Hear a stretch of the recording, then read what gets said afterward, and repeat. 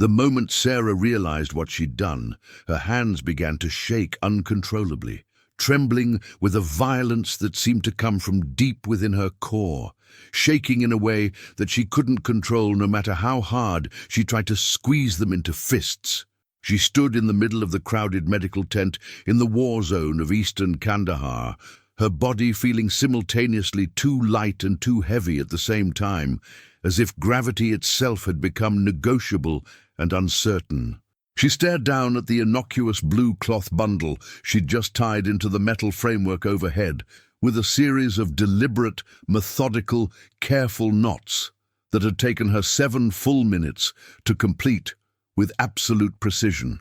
Her fingers had moved through each movement with the practiced deliberation of someone defusing an explosive device, because in many ways, that's exactly what she was doing.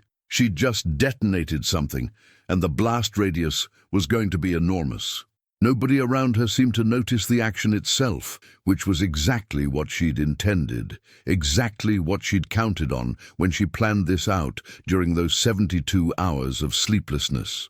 The soldiers were still rushing in and out through the canvas flaps on either side of the tent, their boots leaving trails of fine desert sand on the concrete floor. Sand that never seemed to go away no matter how many times people swept. Nurses were still moving methodically through their rounds, checking vital signs on the endless parade of wounded bodies that never seemed to stop coming, a conveyor belt of human suffering that had become so normalized it barely registered on the consciousness anymore. Doctors were still barking orders in that controlled but urgent tone that came from processing human suffering on an industrial scale, from making decisions about life and death in moments when hesitation could be fatal. But Sarah knew with absolute certainty, with a knowledge that went deeper than thought, that in the next few minutes, everything around her would change in ways that nobody could predict or control or prepare for adequately. The stupid trick she'd learned during her nursing school's disaster management course, the one her classmates had openly laughed about in the lecture hall, making jokes about how outdated and useless it was, the one she'd dismissed as theatrical nonsense from a bygone era, when modern communications didn't exist and military operations looked completely different, the one she'd actually suggested was completely obsolete and pointless in a conversation with her clinical supervisor who just nodded. Eden moved on, was about to become the most crucial decision of her entire life, the one thing that would define her entire career and change the trajectory of everything that followed. She hadn't planned to use it here, in this makeshift hospital tent, constructed from canvas and aluminum poles that weren't nearly as sturdy as they needed to be for the environment, where supplies were chronically scarce and often arrived damaged or incomplete, and where lives hung by threads so thin they barely seemed real anymore after weeks of seeing the same patterns repeat over and over. The insurgents were coming. She'd overheard the radio chatter during the morning shift change 3 days ago, had heard the coded language and military jargon being used, had seen the knowing looks exchanged between the military personnel who worked the communication station, understanding with crystalline clarity that she was listening to information she was probably not supposed to hear. She'd come to understand the code words that were embedded in seemingly casual conversations about supply routes and logistical schedules, the subtle indicators that something significant was being planned. They were planning something catastrophically significant and terrible, and this medical tent was somehow central to their entire operation, central to whatever was about to happen. Sarah's mind kept racing back to that disorienting moment 3 weeks ago when she'd first arrived at this deployment, touching down at the airfield with her single large duffel bag containing everything she owned that she'd brought with her. She'd arrived with an idealistic hope so pure and uncomplicated it seemed almost naive now when she thought back on it, carrying dreams so ambitious they almost seemed delusional given what she'd encountered since then. She'd come here to save lives, motivated by every humanitarian instinct she possessed, believing with an almost religious fervor that her nursing skills and her willingness to work shifts that lasted 18, 19, sometimes 22 hours would somehow matter in the grand calculus of war, would somehow shift the balance between suffering and healing. But war had a devastating way of stripping away your illusions, like paint remover on old wood, peeling away layers of idealism and replacing them with harsh realities and impossible choices that your training never adequately prepared you for, that no amount of classroom education could have warned you about properly. Now, as she completed the final knot in that blue cloth, the one piece of fabric that nobody in a medical environment would think twice about seeing hanging from a support pole, the one object that wouldn't trigger any alarms or suspicion or investigation, something so ordinary that it would blend seamlessly into the background. She realized with crystalline clarity that her actions might either save dozens of innocent people who were currently being processed through the system, or mark the beginning of the worst day of her professional career, the worst decision she'd ever made in a moment of desperation. The question that dominated her consciousness, repeating obsessively in her mind, was whether she'd executed her plan correctly, with enough precision and clarity that someone would actually understand what she'd done, would decode the signal correctly and take appropriate action. And perhaps more importantly than anything else, would anyone with the actual power to act on that information understand what the signal meant before it was too late, before the convoy had already departed and the prisoners had already disappeared into the black sites from which they would never return as conscious human beings?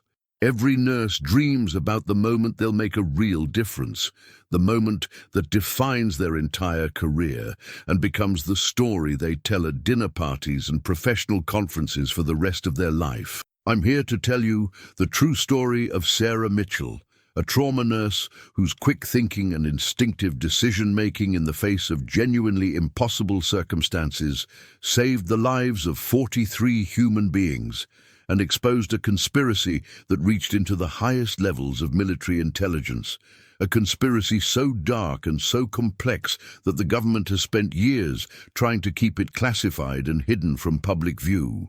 What you're about to hear isn't something you'll find in official government reports or mainstream media coverage, because major news outlets have been discouraged from investigating this story or pursuing leads related to it.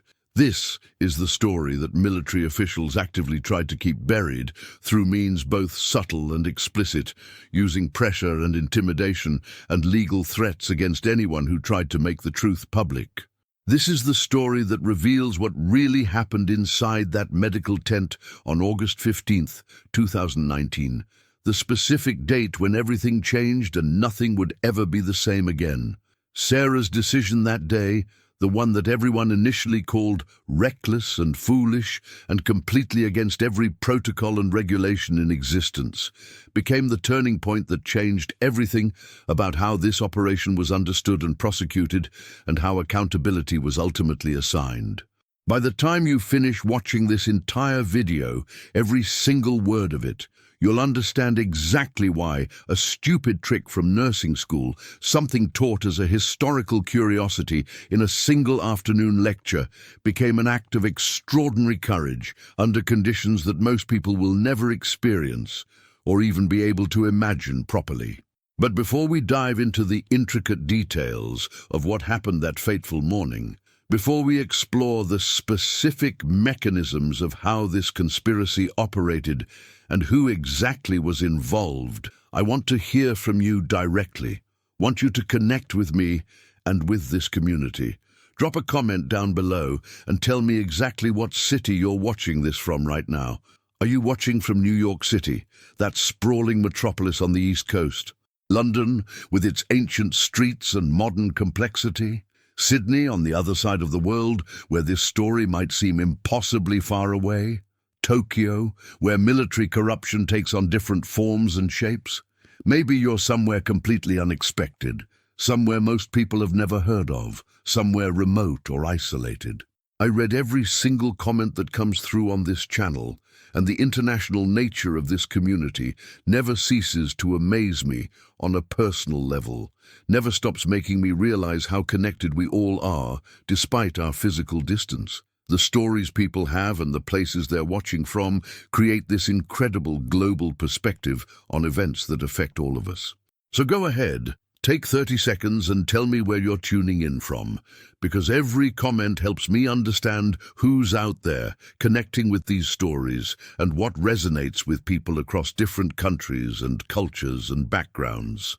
And once you've left that comment, once you've told me where you are, stick around as we uncover exactly how a single nurse's unconventional thinking and willingness to trust her instincts and her knowledge exposed a plot that nobody saw coming, a conspiracy so intricate and so well protected that it took someone with courage to break it open.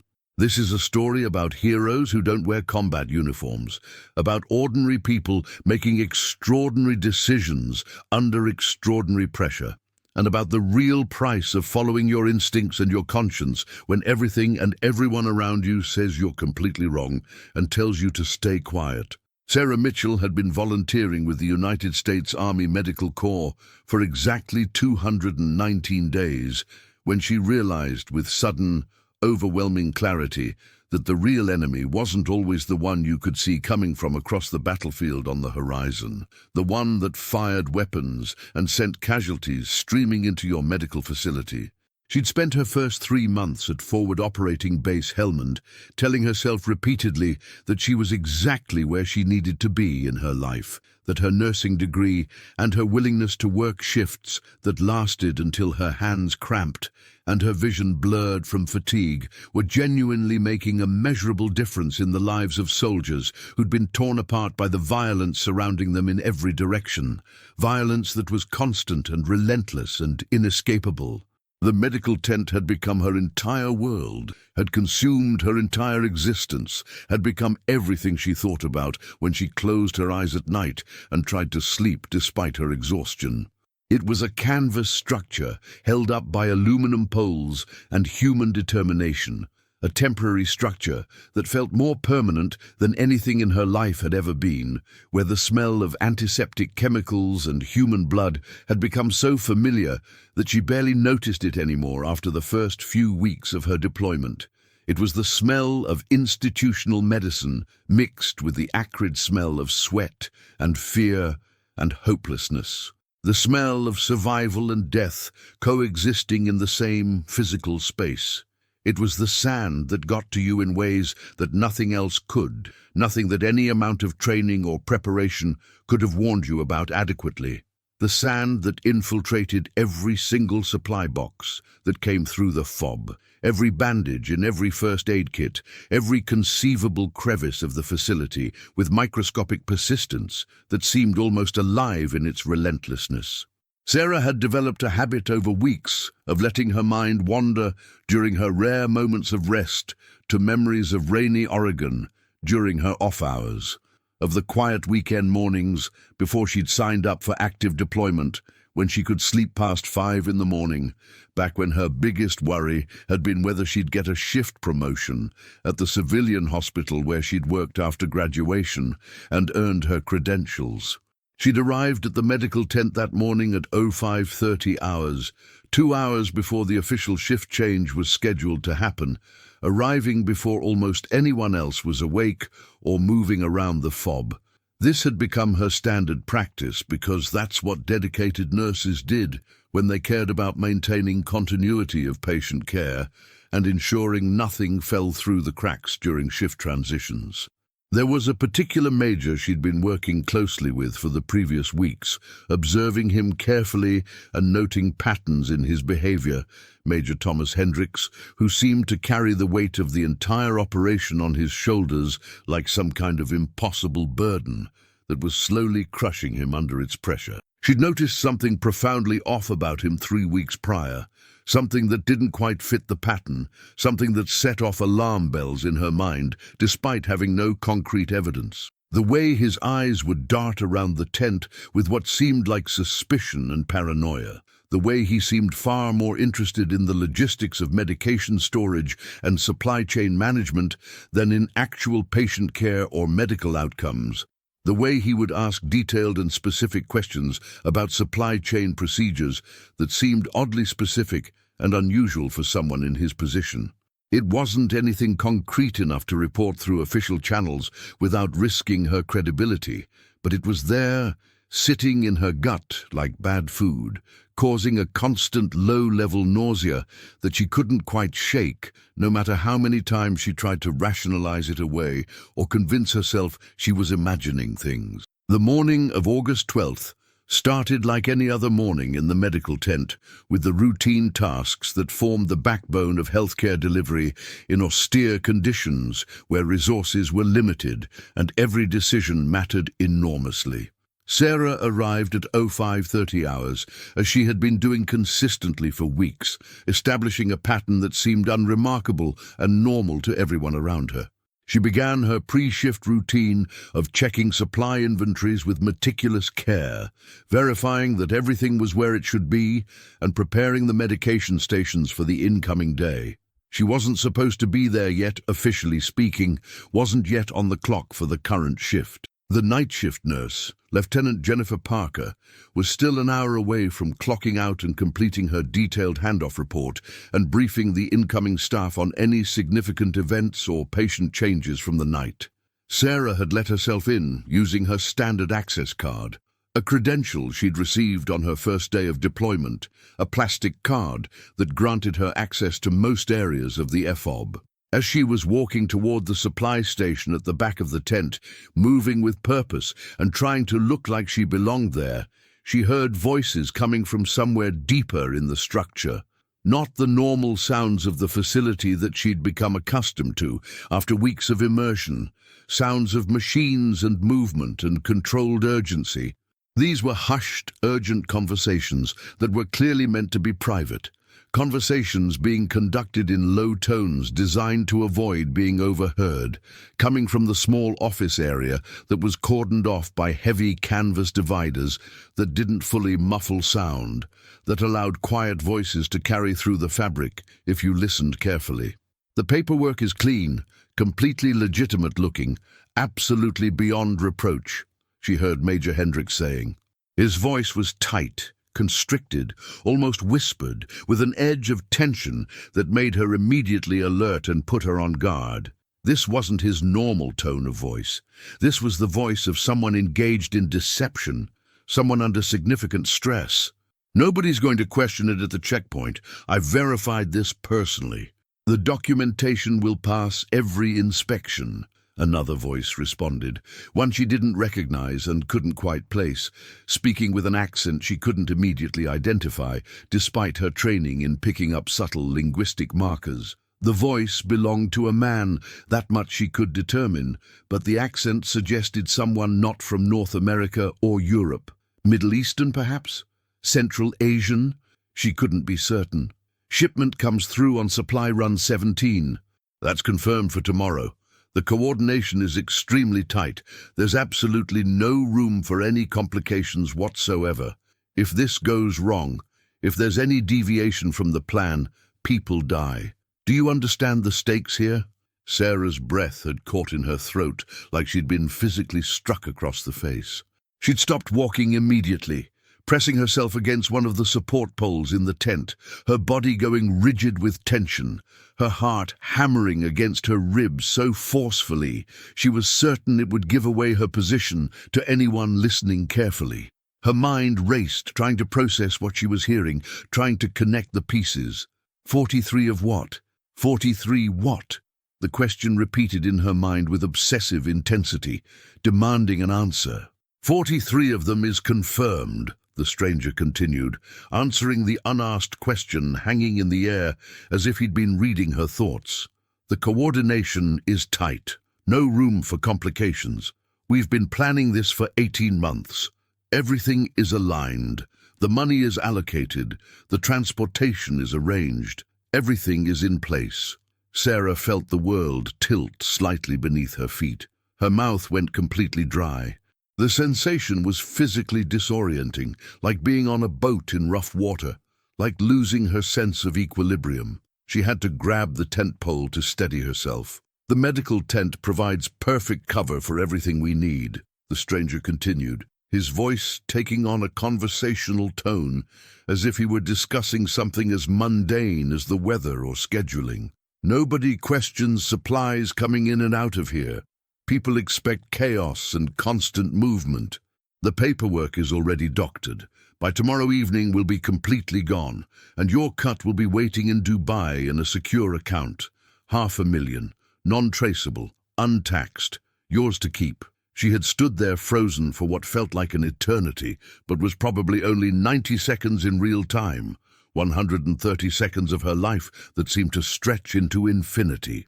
Long enough to understand that something catastrophic was being planned, something organized, something that involved the medical facility as a central component to the operation, something that involved supply runs and falsified documents and money being funneled to offshore accounts in ways designed to avoid detection. Long enough to realize that Major Hendricks, a high-ranking officer in the US Army, was somehow complicit in whatever was happening, that he was being compensated handsomely for his participation, that he'd apparently been recruited into this conspiracy and was profiting significantly from it. And long enough to understand that she couldn't walk back to her secure area, contact someone through official channels, and report what she'd heard through proper military procedures, because whoever was on the other end of that conversation would immediately know that someone had been listening and would adapt accordingly, would implement contingency plans designed to eliminate the threat. The question that paralyzed her, the one that kept her frozen against that pole, that prevented her from moving or acting or even breathing normally, was whether the person she reported to could be trusted or whether the corruption ran so deep that reporting it would put her own life in immediate danger. In a military operation, in a war zone, in a place where the normal rules of civilian society didn't apply, information was everything. And information about corruption from command staff, information about human trafficking and illegal detention, was the kind of thing that could be weaponized against you if you reported it to the wrong person, if you trusted the wrong individual with this knowledge.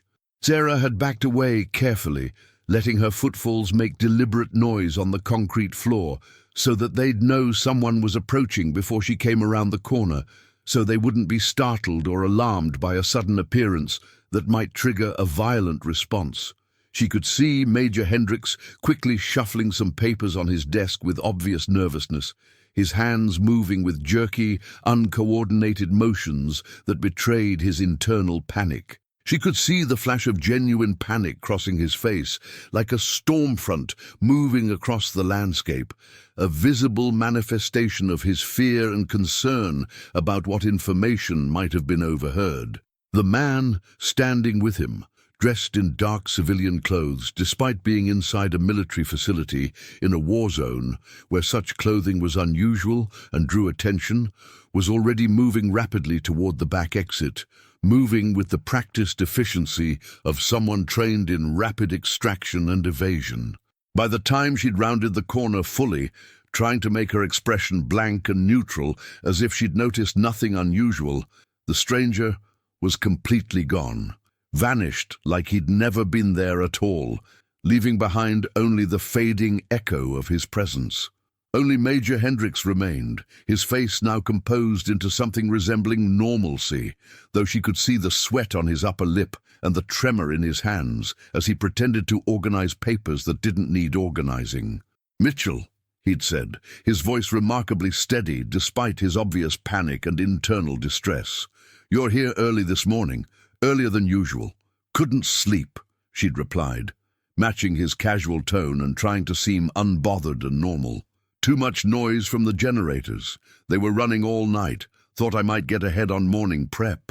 Catch up on some organizational tasks."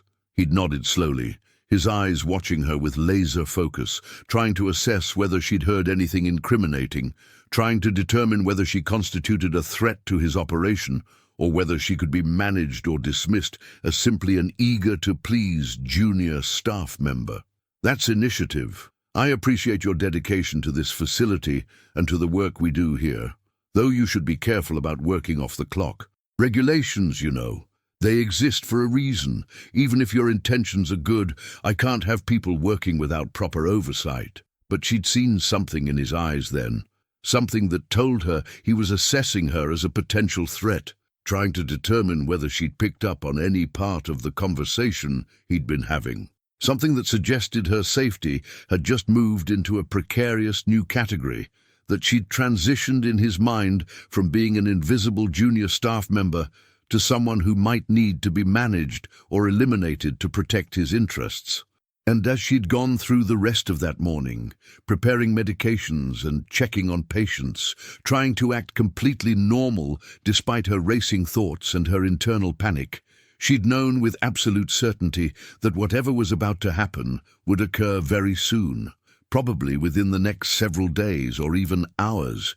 And when it did, the body count would dwarf anything they'd seen so far in terms of magnitude and tragedy.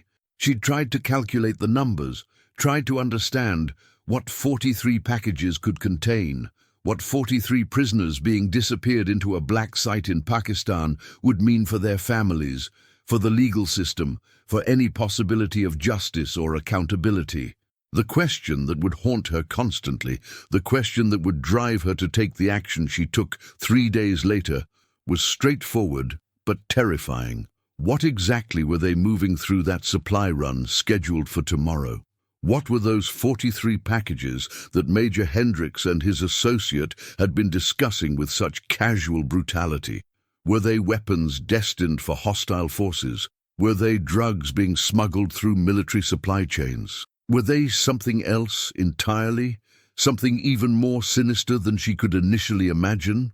And perhaps more importantly than anything else, what was Major Hendricks really planning to do with 43 of whatever it was once they arrived at the FOB? Was he simply facilitating their transport, or was he actively involved in whatever happened to them after they arrived? The not knowing was almost worse than the knowing would have been, and the uncertainty gnawed at her relentlessly, occupying her thoughts every moment she wasn't actively engaged in patient care.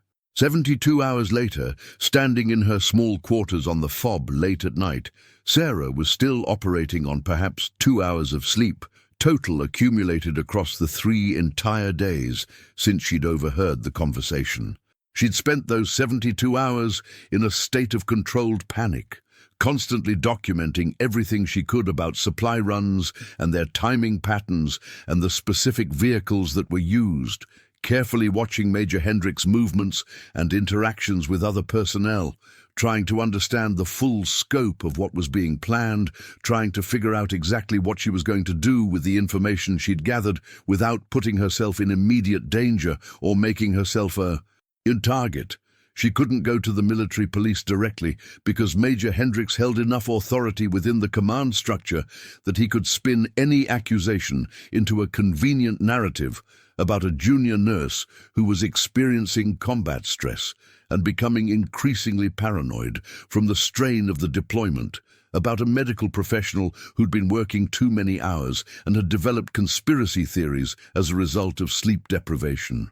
She'd seen it happen before to someone else, someone she knew personally, someone who'd questioned higher-ranking officers about irregularities she'd noticed in supply deliveries and inventory discrepancies that didn't make sense. That person had ended up medically evacuated with a diagnosis of acute adjustment disorder and combat-related psychological stress, their career essentially destroyed and their credibility completely undermined, sent to a psychiatric facility where her protests were recorded as paranoid delusions rather than legitimate concerns. The night of August 14th, unable to sleep despite her complete exhaustion, despite her body screaming for rest, she'd been reviewing the emergency protocols manual she'd brought from her nursing school, the thick binder of procedures and contingency plans that seemed almost comical in their optimism and their assumptions about the scenarios they were preparing for. Most of them were designed around natural disasters or large-scale accidents or scenarios that were almost unrealistic in their complexity, Scenarios that assumed a functioning support system and reliable communications and authority structures that could be trusted. But on page 187, buried deep within a section about hospital evacuation procedures and emergency protocols and disaster response procedures, was a procedure called the silent alert system. She remembered her instructor mentioning it only vaguely, remembered it being taught in a single afternoon lecture that came toward the end of the semester when most students were already thinking about finals rather than the material being presented. It had been developed during the Cold War era by military medical planners who were concerned about scenarios where normal communications might be compromised or sabotaged, scenarios where certain threats needed to be communicated without alerting hostile forces to the fact that medical personnel were aware of the threat, situations where electronic communications might be monitored or intercepted by enemies. The procedure involved color-coded cloth signals hung in specific, predetermined locations throughout a medical facility, signals that had been standardized across military medical installations during the 1960s and 1970s. A blue cloth hung from the central support structure meant potential active combatant threat had been identified inside the secure perimeter, meaning that hostile military personnel had infiltrated the facility or were planning an imminent attack. A red cloth meant medical emergency requiring immediate evacuation of certain patient populations, meaning that the medical facility itself was in danger and evacuation protocols needed to be activated immediately. The system had been considered archaic, almost laughable in modern contexts, dismissed as methodology from an era before modern electronics existed, before secure radio systems and electronic alert systems that could be activated instantly. Hospitals had largely abandoned it in favor of radio communications and electronic alert systems that could be activated instantly and communicated to multiple recipients simultaneously with guaranteed delivery and instant notification. Her nursing school instructor had included it only for historical context, had actually used it as a textbook example of outdated methodology that had been replaced by modern technological solutions that were infinitely more effective and efficient and reliable. She taught it in a way that made it clear this was obsolete information, that no one actually used these systems anymore, that modern medicine had evolved beyond such primitive communication methods. Most of her classmates had found it humorous, had made jokes during the lecture about how quaint and useless such systems were in an age of instant digital communication and satellite phones and internet connectivity. Sarah had even joined in the laughter, had dismissed it at the time as completely pointless information that would never be relevant to her career. But modern solutions required people you could trust completely. People whose integrity and loyalty you could rely on, people who wouldn't use the information against you or manipulate it for their own purposes. And Sarah didn't know who she could trust anymore. The chain of command had been compromised at some level, contaminated by corruption from within. Trust had become a luxury she couldn't afford to indulge. An alert system that didn't rely on any technology that could be intercepted or monitored, that didn't require her to speak to anyone or identify herself in any way, that couldn't be traced back to her or used against her, suddenly seemed like it might be her only viable option in this situation. It was the only method available to her that might trigger a response from people who still embodied the principles she believed in. The Supply Run 17 was officially scheduled for 1400 hours on August 15th, the very next day. Sarah had verified this information by carefully reviewing the logistics board when she knew Major Hendricks wasn't watching, had double-checked against the supply manifests she'd managed to photograph with her phone in moments when she was alone in the supply office, taking quick snapshots when she was absolutely certain no one was observing her actions. 21 vehicles would arrive in a convoy according to the manifest, a significant transport operation that would require coordination. The official documentation said they were bringing fresh supplies to replenish inventory, blood products for the medical tent to support ongoing operations, and medical equipment for various departments that had been requesting upgrades.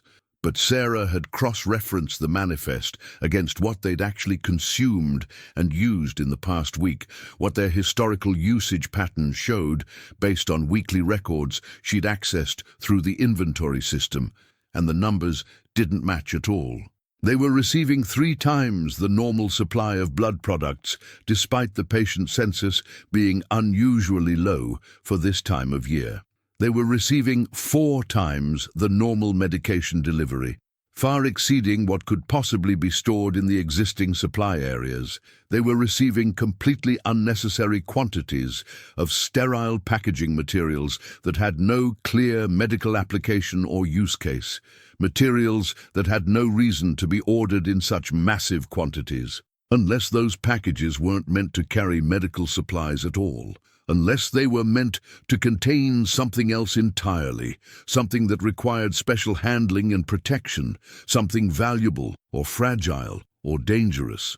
The implications were staggering. She'd arrived early that morning at 500 hours, even earlier than her new habit of arriving at 5:30 hours, arriving in the pre-dawn darkness before almost anyone else was moving around the FOB. The tent was quiet, the night shift nurses moving through their final rounds before the morning changeover, completing their last patient assessments and preparing their handoff reports.